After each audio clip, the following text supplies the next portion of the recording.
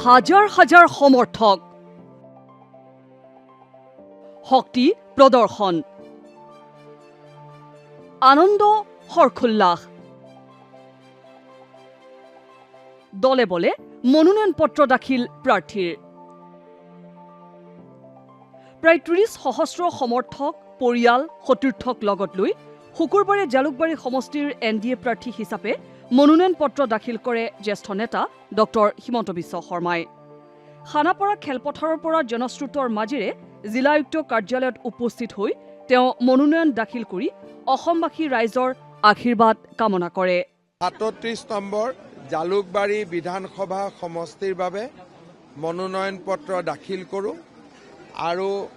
অসমবাসী ৰাইজৰ মই শুভেচ্ছা কামনা কৰিছোঁ সকলোৱে যেন আমাক আশীৰ্বাদ কৰে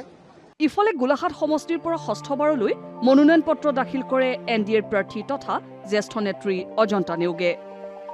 পত্নী পৰিয়াল দলীয় কাৰ্যকৰ্তা সমন্বিতে 52 নম্বৰ জাগিৰোড সমষ্টিৰ এনডিএৰ প্ৰাৰ্থী পীযুষ হাজৰিকায়ো মনোনয়ন পত্ৰ দাখিল কৰে একেদৰে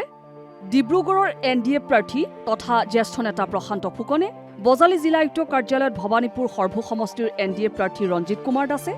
শোণিতপুৰ জিলা আয়ুক্ত কাৰ্যালয়ত ঢেকিয়াজুলিৰ প্ৰাৰ্থী অশোক সিংহলে মনোনয়ন পত্ৰ দাখিল কৰে সমান্তৰালকৈ দাখিল কৰে বৰচলা ৰঙাপৰা আৰু নদুৱাৰ বিধানসভা সমষ্টিৰ প্ৰাৰ্থী ক্ৰমে ঋতুবৰণ শৰ্মা কৃষ্ণকমল তাঁতী আৰু পদ্ম হাজৰিকায়ো আনহাতে শিৱসাগৰ সমষ্টিৰ বিৰোধী ঐক্যৰ প্ৰাৰ্থী অখিল গগৈ নাজিৰাৰ দেৱব্ৰত শইকীয়া ডিমৌৰ কংগ্ৰেছ প্ৰাৰ্থী অজয় গগৈৰ মনোনয়ন দাখিলত সংগ দিয়ে অসম প্ৰদেশ কংগ্ৰেছৰ সভাপতি গৌৰৱ গগৈয়ে অভিজ্ঞ ৰাজনীতিকৰ লগত মই প্ৰতিদ্বন্দ্বিতাৰ কাৰণে এনেকৈ সন্মুখীন হোৱাৰ কাৰণে নিজকে ভাল লাগিছে যে এজন বয়সস্থ মানুহৰ লগত ৰাজনৈতিক যুঁজ এখনত লিপ্ত হ'ম কেনেকুৱা হয় দেখা যাব অসম জাতীয় পৰিষদৰ সভাপতি তথা খোৱাং সমষ্টিৰ প্ৰাৰ্থী লুৰিণজ্যোতি গগৈয়েও সমৰ্থকৰ লগতে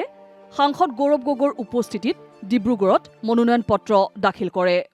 ইফালে কেন্দ্ৰীয় মন্ত্ৰী সৰ্বানন্দ সোণোৱালে মাৰ্ঘেৰিটাৰ বিজেপিৰ প্ৰাৰ্থী ভাস্কৰ শৰ্মাৰ মনোনয়ন পৰ্বত সংগ দিয়ে